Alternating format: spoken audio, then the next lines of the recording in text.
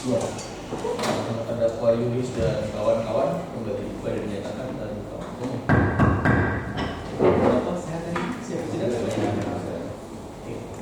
Sesuai dengan tugas yang malam ya, ini adalah untuk ahli dari terdakwa, gitu ya. Sudah hadir? Hadir yang mana? Bapak.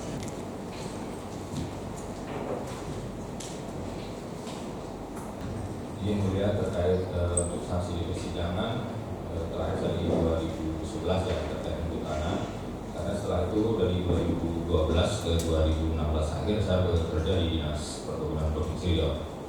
Kemudian di tahun 2017 sampai kemarin di 2021 ya akhir itu saya menangani di bagian pengaduan dan penyelesaian sengketa lingkungan hidup dan kehutanan di Dinas LHK Provinsi Riau. Kemudian di Mei 2022 saya mengambil fungsional sebagai penyuluh lingkungan hidup ahli media. Jadi ahli satu kali sudah tugas gitu ya. Ya.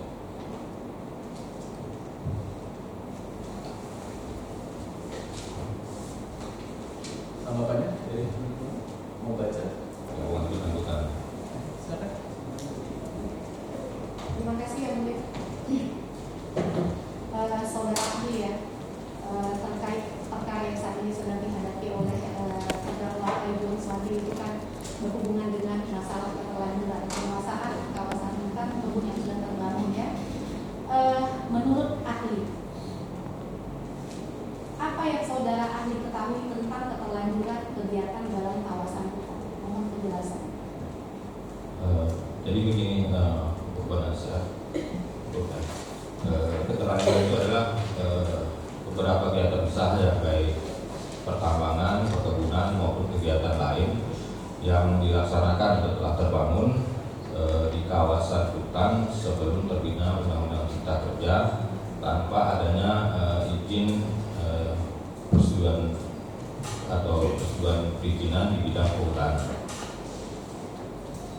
Artinya keterlanjuran itu menurut pendapat saudara jika kebun itu terbangun sebelum lahirnya Undang-Undang Cipta Kerja itu dapat dimaklumi. Maksud dimaklumnya mungkin saya tidak jelas. Yang jelas begini, terhadap kebun-kebun keterlanjuran itu di Undang-Undang Cipta Kerja di pasal 110A dan 110B. Nah, bedanya 110A dengan 110B. Kalau 110A itu terhadap kegiatan yang punya perizinan, baik izin lokasi termasuk izin yang terkait pemerintah masa lalu dan sesuai tata ruang, tetapi belum mempunyai perizinan di bidang kehutanan. Itu lebih cenderung di pasal 110A. Nah, untuk pasal 110B itu terhadap semua kegiatan yang tidak memiliki izin sama sekali, baik dari izin kegiatan usaha, misalnya pertambangan atau perkebunannya, dan termasuk itu adalah izin dari sektor kehutanannya sendiri. Nah, di pasal 110A kemudian juga ada PP 4 tahun 2021 ya tentang tata cara penanganan administratif, itu di pasal 3 ayat 3 terhadap kegiatan tersebut itu diberikan sanksi berupa sanksi administratif. Nah, menurut ahli ya, apakah penerapan pasal 1110 ayat B tersebut itu kan terhadap orang-orang yang tidak memiliki izin? Apakah itu terhadap pelaku usaha ataukah juga bisa diberlakukan kepada perorangan atau kelompok tani? Kalau 110B itu semua subjek hukum, baik semua subjek hukum. Ya, baik perorangan, badan usaha maupun kelompok masyarakat. Kriterianya itu adalah tidak mempunyai perizinan. Artinya tidak perlu mendapatkan perizinan dari pemerintah atau apapun, tapi dia sudah memiliki kebun itu. Sudah itu, dan bukan berarti tidak ada atau dibuktikan begitu saja. Mekanisme tetap ada sanksi administratif. Nah, dari mana kita bisa mengetahui itu? Kementerian LHK sudah melakukan pendataan. Ada terakhir itu ingat saya ada sudah 15 tahap, lebih dari 1000 subjek hukum seluruh Indonesia. Nah, terhadap yang Pak Hijau ini masuk di SK 1007 yang tanggal 10 Oktober 2002. Nah, disebutkan itu yang kelompok tani Sungai Lino Maju Bersama, itu kegiatannya dalam bentuk perkebunan, berada di desanya Sungai Lino ya, di desa kecil Kabupaten Kalis. termasuk luasnya disebutkan itu 577,4 hektar sudah ada di dalam SK, dan mekanisme penyelesaiannya di lampiran disebutkan 110A garis miring atau 110B pasalnya. Artinya, menurut ahli, jika di dalam SK yang tahap belakang yang 1077 tersebut ada pola penyelesaian yang diamanatkan oleh menurut SK tersebut menggunakan pasal 1110 ayat A atau B, apakah itu juga harus dijalankan sesuai dengan skema yang disampaikan berdasarkan SK tersebut? Prosesnya tetap harus dijalankan sesuai itu. Apa penyelesaiannya kan di 110A atau 110B. Nah, 110A saya jelaskan di awal tadi itu kan terutama nanti diberikan pada yang sudah punya izin, misalnya perusahaan perkebunan atau pertambangan sudah punya izin, tapi dia masih berada di kawasan hutan tidak punya izin di kehutanannya, itu memakai skema 110A. Nah, sanksinya apa? 110A itu adalah pembayaran denda administratif dan pencabutan izin untuk yang 110A. Nah, untuk yang 110B itu skemanya itu diterapkan bagi subjek hukum atau setiap orang yang tidak mempunyai perizinan melakukan kegiatan usaha ya di kawasan hutan. Nah, termasuk KTH ini juga karena saya belum pernah melihat adanya di usaha perkebunannya, maka cenderung masuk di 110B skemanya. Nah, sanksinya apa di 110B itu saya jelaskan di awal, itu pertama denda administratif, penghentian sementara kegiatan atau paksaan pemerintah. Nah, itu nanti Menteri LHK yang akan mengeluarkan itu. Terkait penguasaan yang dilakukan oleh subjek hukum tadi ya, terkait adanya pasal SK 1077 tersebut,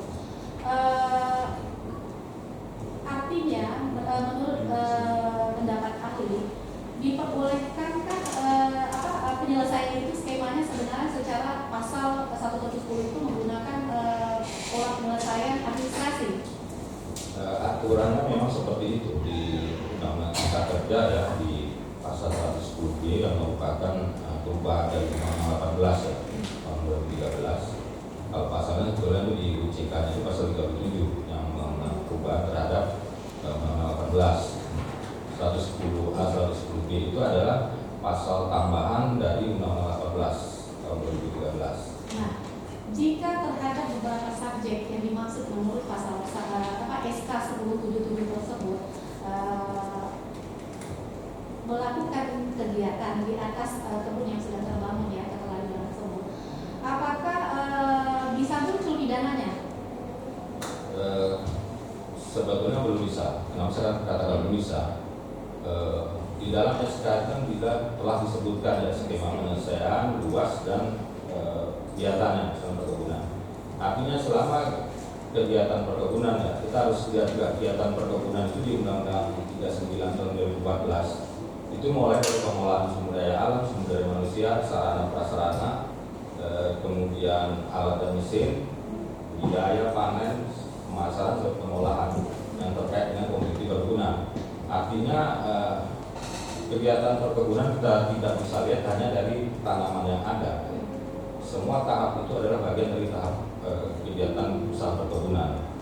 Artinya selagi itu masih di dalam lokasi yang ditetapkan Menteri sebagai terlanjuran, itu adalah memang kegiatan sudah terbangun atau terlanjur, memang tahapnya saja kan, kalau masih tahap penyiasat, keras, panen, dan pengolahan.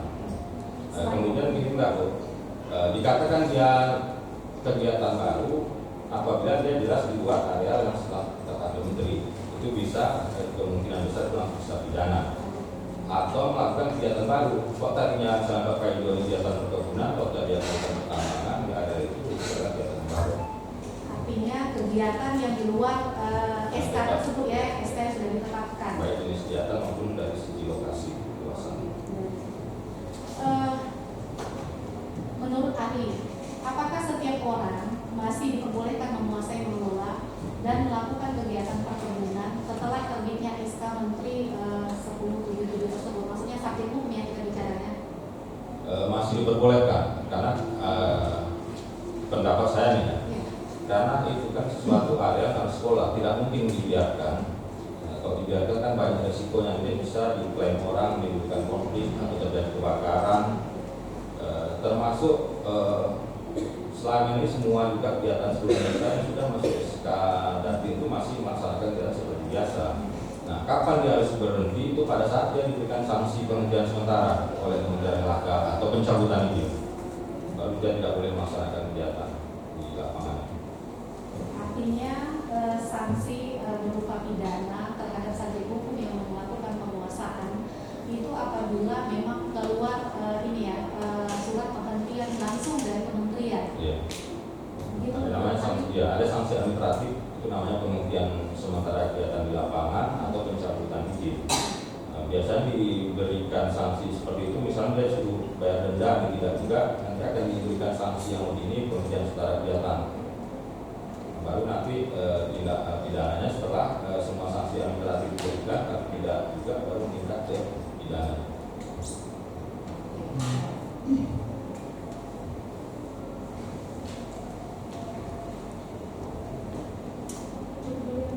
Dari pembunuh.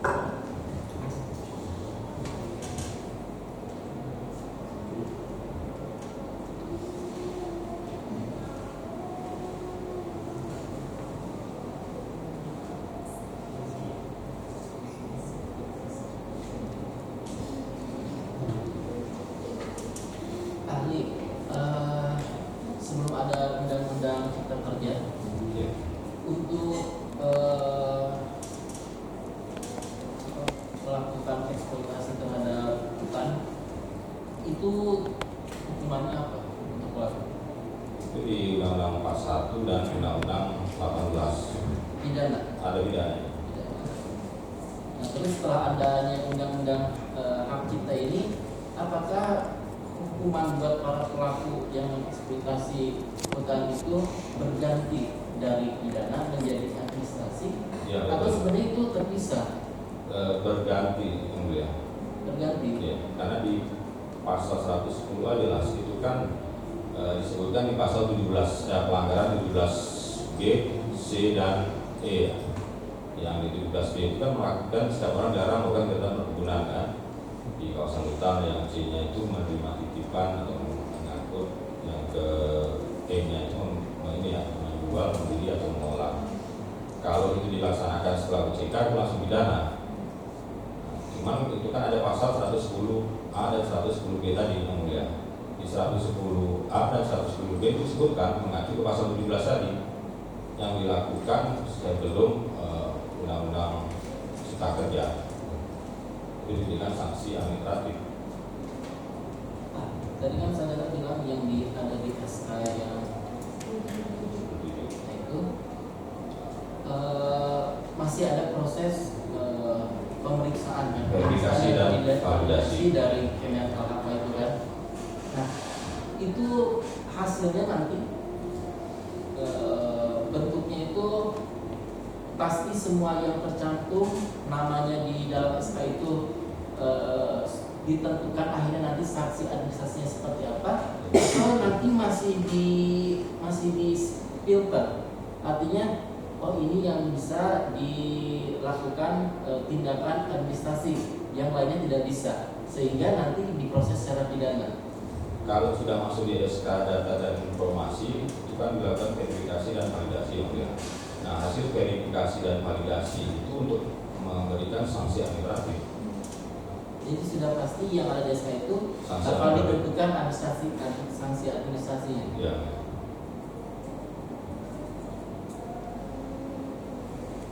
Sedikit ya. Di 110B itu apa sih yang diatur? Bisa sedikit di Kalau 110B itu mengatur subjek hukum yang tidak mempunyai izin ya melakukan kegiatan usaha di kawasan hutan. ada batasan luas, apa ada syaratnya? Itu yang dilakukan sebelum pembangunan cipta kerja. Nah, itu kan di pasal 17 yang melakukan kegiatan pelanggaran pasal 17B, C dan E ya. Nah, B, C dan E itu kita bisa lihat pasal atasan tadi melakukan kegiatan usaha perkebunan, kemudian mengangkut menerima titipan hasil Maksudnya ada syarat lainnya? Luas maksimum Tidak ada. Tidak. Justru ada pengecualian dari sanksi administratif malah bagi masyarakat tempatan yang melakukan kegiatan yang minimal 5 tahun berturut-turut dan bertempat tinggal di lokasi atau di sekitar hutan itu malah tidak diberikan sanksi administratif. Kalau di tiap orang yang tinggal di sekitar kawasan tidak kena sanksi Dengan administratif. maksimal lah memberi masa. Tapi kalau orang yang tinggal di luar kawasan tersebut Masih bisa dikenakan sanksi administratif 110 atau 110.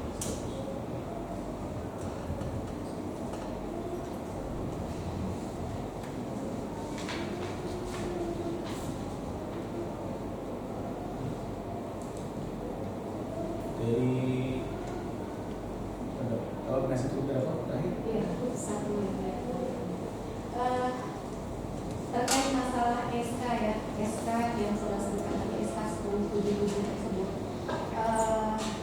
Jika SK itu sudah diterbitkan dan ada salah satu sakit hukum yang sudah salah satunya saya tidak sebutkan siapapun lah sakit hukum yang diatur menurut SK 1077, apakah itu bisa dikenakan sanksi pidana? Seperti saya jelaskan awal, sanksi pidana itu bisa, tapi itu pada saat nanti setelah diberikan sanksi administratif. Contohnya mungkin sanksi administratif kan dia denda, kepasan pemerintah, penghentian sementara, tidak bisa dilakukan, kan ada tahapan sanksi dari KLHK, ada tegurannya berapa lama, itu baru nanti ditingkatkan ke sanksi pidana. Artinya harus ada dasar dulu dari Harus ada pelaksanaan sanksi administratif dulu. cukup yang ini. Dari terakhir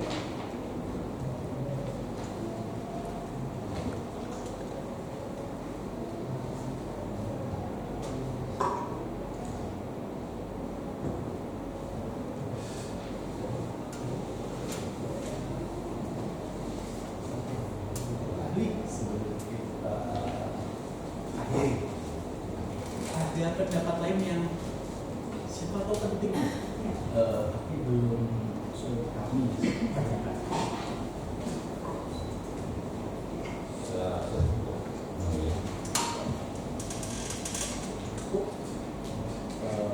Terima kasih atas kehadirannya. KTP kami nanti akan memberikan ya. Terima kasih atas kehadirannya. Terima kasih. Berarti ini tidak saksi keahlian satu lagi kan? Ya. Atas ini. Terus, Silakan.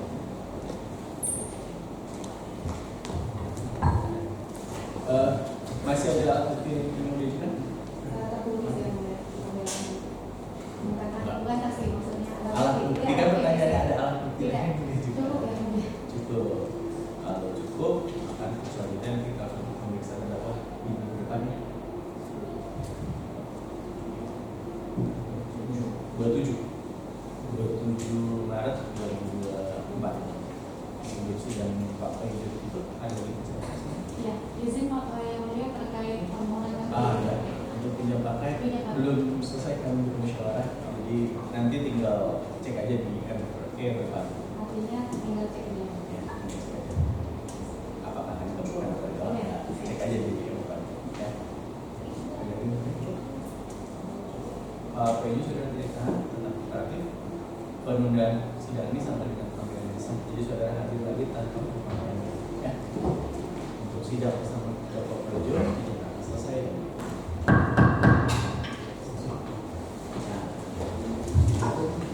Oh, yang Bapak online. Yang Bapak online. Siap, izin menunjang. Agamanya Islam, pekerjaannya PNS itu Pak. Betul yang mulia. PNS gimana Pak? Di Kementerian Lingkungan Hidup dan Kehutanan, Balai UPT, Balai Perhutanan Sosial dan Kemitraan Lingkungan Wilayah Sumatera, Seksi Wilayah 2 Pekanbaru. Ya.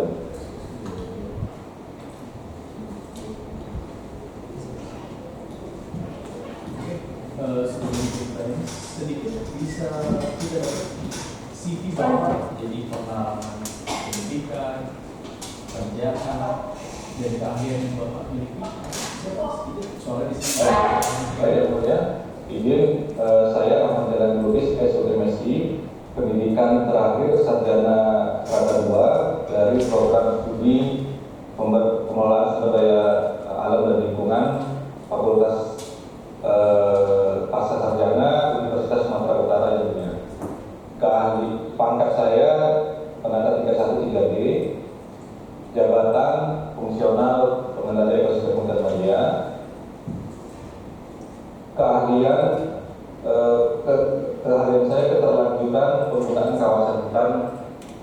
khususnya di perhutanan sosial yang mulia. Maksudnya saudara keahliannya di bidang keterlanjuran ada keahlian tersendiri sekarang atau subnya sedikit sumnya di perhutanan sosial yang mulia. perhutanan sosial. Baik. Saudara sudah berapa lama kerja di Balai Perhutanan Sosial di Kementerian Lingkungan Hidup? Saya CPNS dari 2009 yang mulia, sampai di Balai Perhutanan Sosial Sumatera sejak 2016 dan sudah sering sebagai saksi ahli dari 2016. Untuk persidangan hari ini, saudara ada surat tugas dari Dinas Lingkungan Hidup ini? Mohon maaf yang mulia karena kemarin kita baru diberikan permohonan dari pengacara yang bersangkutan, sedang berproses dan ini kalau bisa waktu kami lampirkan yang mulia. Tanggapannya dari teman-teman bagaimana? Tidak keberatan. Kalau tidak keberatan, sebelum memberikan pendapat, kami support terlebih dahulu. Sebenarnya saya terus bersama. Baik. Ya, terima kasih. Pertanyaan pertama, saudara ahli, apa yang saudara ahli ketahui tentang keterlanjuran kegiatan dalam kawasan hutan? Sedikit mohon dijelaskan, ahli. Baik yang mulia, saya boleh share screen? Silakan. Ada izin? Izin.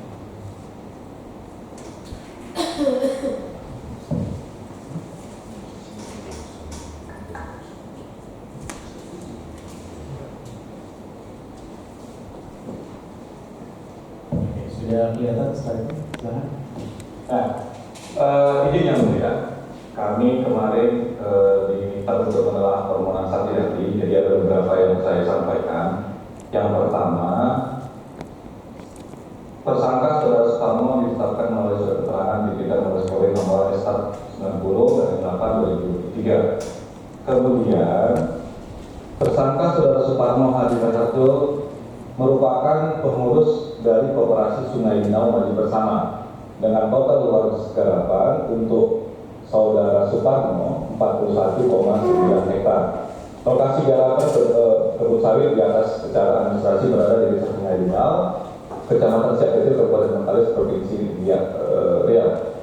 Koperasi Sungai Linau Maju Bersama pada tahun 2022 mengajukan surat permohonan persetujuan penggunaan kawasan hutan oleh masyarakat melalui skema peraturan pemerintah nomor 24 tahun 2021 dan telah masuk subjek hukum dengan surat Sekretaris Jenderal Kementerian LHK nomor 20 garing sekjen dari Satlaposdal UCK garing 10 2022 tanggal 13 Oktober 2022.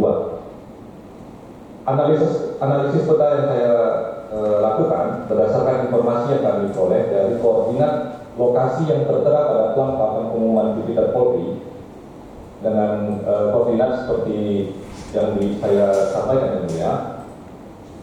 Kami telah berdasarkan telah peta perkembangan pengukuhan kawasan hutan sampai dengan tahun 2020 di Provinsi Riau, lokasi garapan seluruhnya berada pada kawasan hutan produksi yang milik. Lalu berdasarkan telah peta perizinan penggunaan dan pemanfaatan hutan, lokasi garapan tidak tumpang tindih dengan perizinan penggunaan dan pemanfaatan hutan manapun. Dalam dokumentasi ini yang mulia, saudara boleh minta tolong agak di zoom sedikit itunya biar kami juga bisa sedikit baca. Ini sudah ada? Yang itunya yang sebelah kiri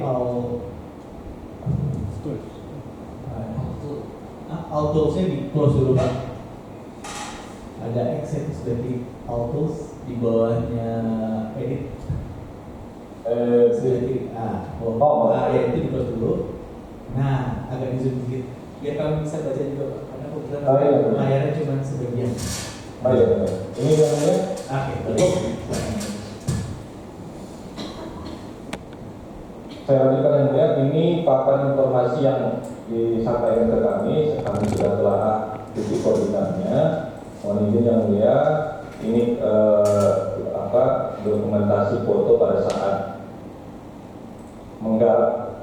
sekali 2011 dan ini ada peta usulan dari kelompok yang saudara tersangka ajukan yang ini. Di sini Pak Pano ada bergerak luasnya 41,92 hektar. Setelah itu kami analisa yang mulia, ini bisa dilihat di sini yang mulia, izin.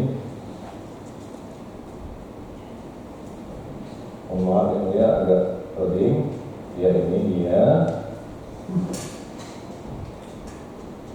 Lokasi yang digarap itu yang mulai ada tanda petak birunya yang mulia. Dan masuk di warna coklat ini atributnya adalah atau keterangannya adalah proses pengajuan penggunaan kawasan hutan yang sedang diajukan. Ini dia SK Satlaknya yang mulia.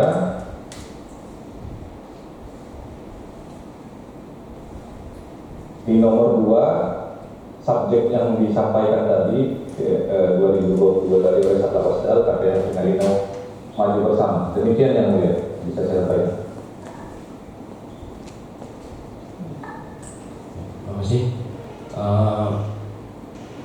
Mengacu ke pertanyaan kedua, apa yang menjadi dasar atau di mana dapat mengetahui suatu kegiatan khususnya perkebunan dikatakan telah terbangun di dalam kawasan hutan?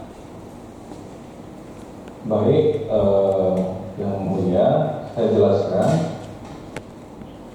Kami dari kementerian itu tergantung dari permohonan dari kelompok yang mulia, kelompok ataupun perusahaan yang dia mengetahui bahwa dia merambah atau beraktivitas di kawasan hutan. Demikian. Jadi KTH Sungai Linau ini mengajukan ke Kementerian Lingkungan Hidup dan Kehutanan bahwa mereka terlanjur sudah menggarap di kawasan hutan dan untuk diproses legalitas usaha di lokasi tersebut. Ya. Pertanyaan selanjutnya, kebijakan penyelesaian seperti apa suatu kegiatan usaha yang telah terbangun oleh masyarakat dalam kawasan hutan yang tidak memiliki perizinan di bidang hutan? Mohon dijelaskan, Ali. Berdasarkan PP 24 tahun 2021 pasal 110A dan 110B, ke KTH Sungai Linau ini dikategorikan masuk ke pasal 110B karena kelompok ini tidak memiliki izin kehutanan ataupun izin perkebunan. Begitu yang mulia. Terima kasih. Terus pertanyaan selanjutnya, bagaimana tindak lanjut pelaksanaan pasal 110A dan atau pasal 110B dalam PP 24 tahun 2021? Tindak lanjutnya dari pasal 110B, izin saya share screen lagi supaya bisa kita lihat yang mulia. Di sini terdapat keseluruhan dari permohonan PP 24 2021 itu seluruh Indonesia ada sebanyak 670 subjek sampai dengan data kami di akhir 2023 yang mulia. Sudah masuk SK Dandim sebanyak 539 subjek dan yang baru terbit itu masih 13 subjek. Jadi memang untuk penyelesaian keterlanjuran ini yang mulia karena sudah dibukanya Undang-Undang Cipta Kerja ini memang dia membutuhkan waktu yang cukup lama. Jadi begitu data yang diajukan oleh kelompok sudah ditelaah oleh kami dari Kementerian Lingkungan Hidup dan Kehutanan, maka kami akan melakukan verifikasi dan validasi. Verifikasi dan validasi ini ada dua, subjek dan objek. Subjeknya itu adalah masyarakat pengusul. Kami akan memverifikasi benar atau tidak bahwa yang menggarap kawasan hutan ini adalah masyarakat setempat dan memiliki ketergantungan hidup dengan kawasan hutan yang digarap. Yang kedua yang kami lakukan verifikasi adalah objeknya.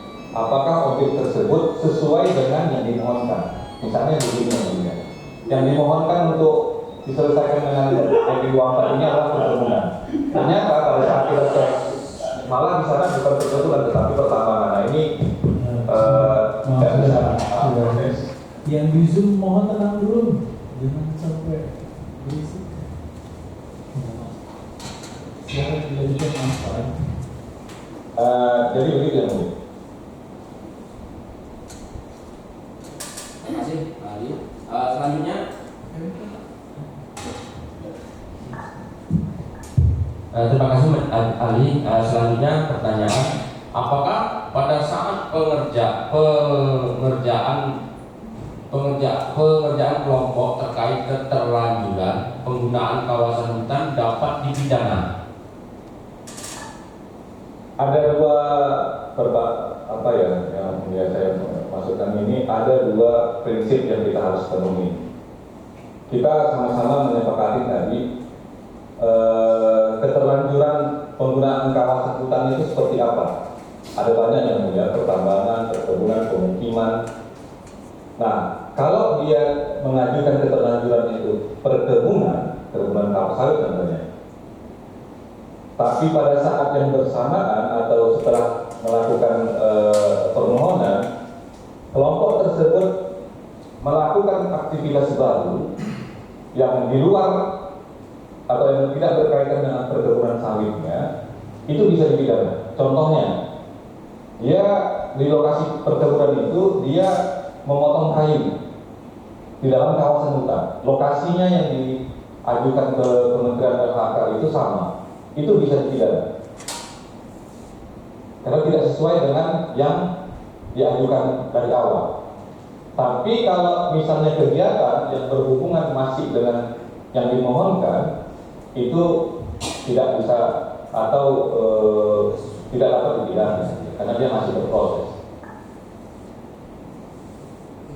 Ya, terima kasih Ali. Pertanyaan selanjutnya, apakah setiap orang masih diperbolehkan menguasai atau mengelola dan melakukan kegiatan perkebunan setelah terbitnya SK Menteri LHK tentang data dan informasi kegiatan yang telah terbangun di dalam kawasan hutan?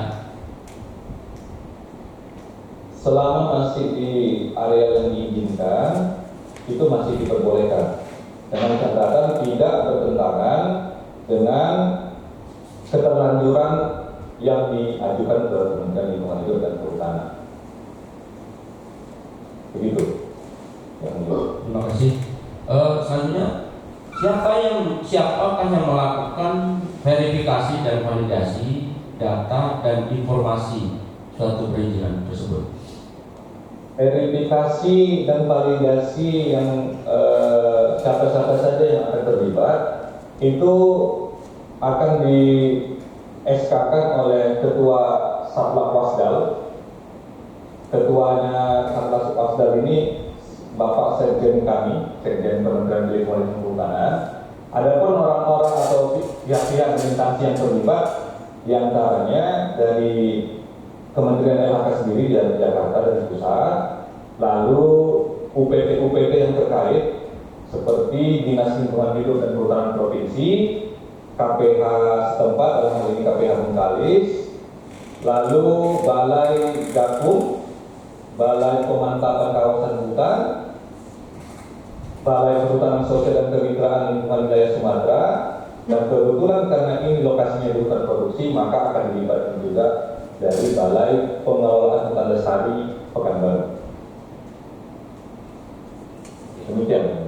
Oke, pertanyaan selanjutnya, apakah tahapan yang akan dilaksanakan setelah keluarnya SK Menteri LHK nomor SK 1077/MNLHK Sekjen Kum 1/10/2022 tanggal 10 Oktober 2022 tentang data dan informasi kegiatan yang telah terbangun di dalam kawasan hutan? Kegiatan yang lakukan setelah adanya SK Satlan Wasdal ini yang mulia. Di SK Satlan Wasdal ini kan dibunyikan data dan informasi yang dibutuhkan untuk segera dilengkapi. Ada 6, izin saya share screen lagi. Ini yang mulia, kita bisa lihat di surat dari Satlan Wasdalnya ada 6. Maaf, bisa di zoom lagi sedikit? Nggak kelihatan. Baik yang mulia. Udah yang mulia, cukup? Ada 6 permohonan ataupun kelengkapan data yang dibutuhkan untuk kami memulai verifikasi dan validasi, yaitu identitas pemohon berupa kartu tanda penduduk, yang kedua surat keterangan tempat tinggal yang diterbitkan oleh kepala desa, yang ketiga bukti penguasaan tanah, yang keempat surat pengakuan dan perlindungan kemitraan kehutanan, yang kelima fakta integritas, dan yang keenam kontak person yang dapat dihubungi untuk diproses kelancaran administrasi. Lalu setelah ini lengkap, maka ke Sekretaris Jenderal selaku Ketua Satgas Pelaksanaan Pengawasan dan Pengendalian Implementasi Undang-Undang Cipta Kerja dan Lingkungan dan Kehutanan membentuk tim verifikasi dan validasi yang mulia untuk mengecek subjek dan objek yang dimohonkan. Lalu setelah itu keluar hasil berupa berita acara apakah memang permohonan itu dapat dilanjutkan untuk ke tahapan pemberian legalitas. Kalau misalnya tidak, maka tidak bisa, atau kegiatan yang sudah terlanjur berjalan itu dihentikan sampai ada legalitas yang baru di lokasi tersebut. Demikian. Terakhir yang ke-7, apakah terhadap setiap orang yang menguasai, mengelola dan melakukan kegiatan di kawasan hutan sesuai SK Menteri LHK nomor SK 1077 tanggal 10 Oktober 2022 tentang data dan informasi kegiatan yang telah terbangun di dalam kawasan hutan dapat diterapkan hukum pidana? Tidak, yang mulia.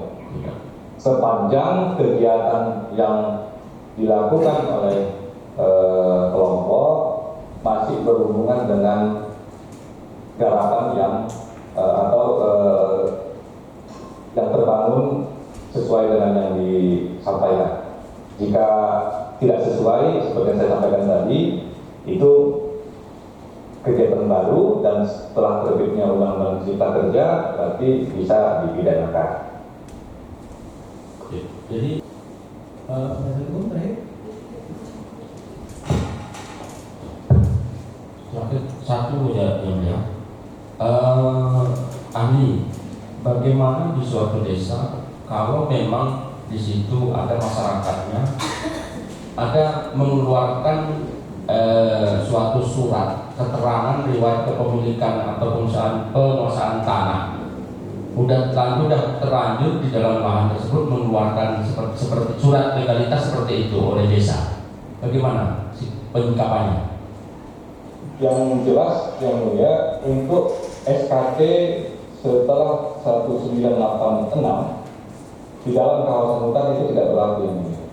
Namun kita memakai sebagai salah satu verifier kami atau indikator kami menggunakan SKT itu untuk menentukan memang betul-betul si yang punya SKT itulah yang menggarap di lokasi yang diusulkan.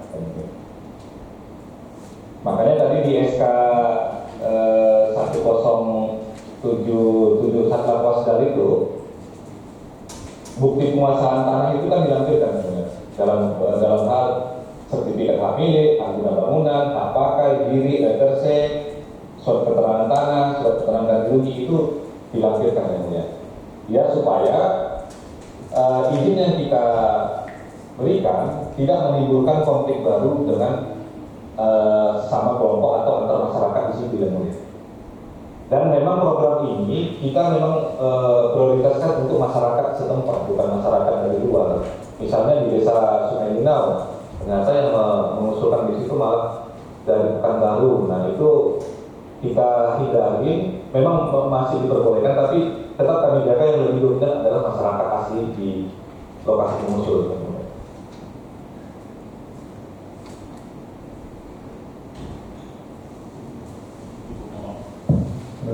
Ya.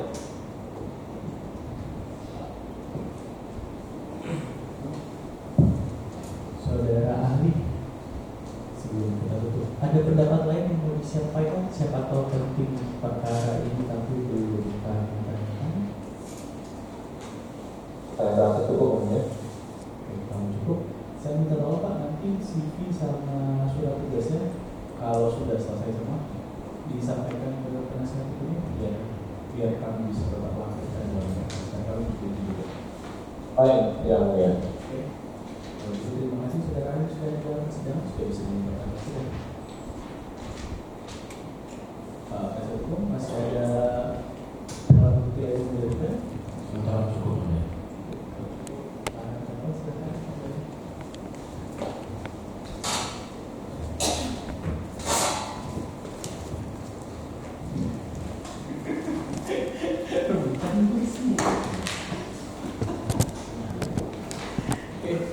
Ada alat bukti lain, tadi pengacaranya bilang tidak ada, atau dari para terdakwa ada alat bukti lain yang dijadikan? Tidak ada. Kalau tidak ada, kita lanjutkan untuk pemeriksaan terdakwa yang akan kita lakukan di hari Rabu tanggal 27 Maret tahun 2024. Sebelum sidang ditutup, ada yang mau disampaikan semuanya? Para terdakwa dan kita sebut, para terdakwa saudara tidak ditahan, tetap kooperatif. Penundaan ini sama dengan panggilan langsung. Jadi saudara hadir lagi tanpa perlu dipanggil. Oke.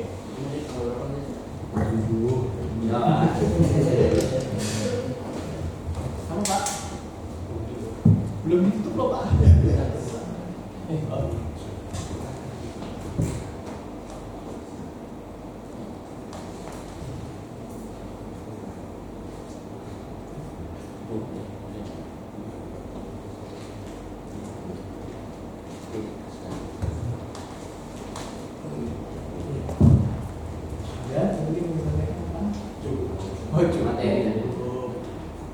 Kalau cukup, jadi ya, bagaimana lupa. Untuk kooperatif, perundang ini sedang panggilan jasa, jadi saudara ketiga hadir tanpa perlu kami panggil lagi. Dengan demikian sidang hari ini dinyatakan selesai.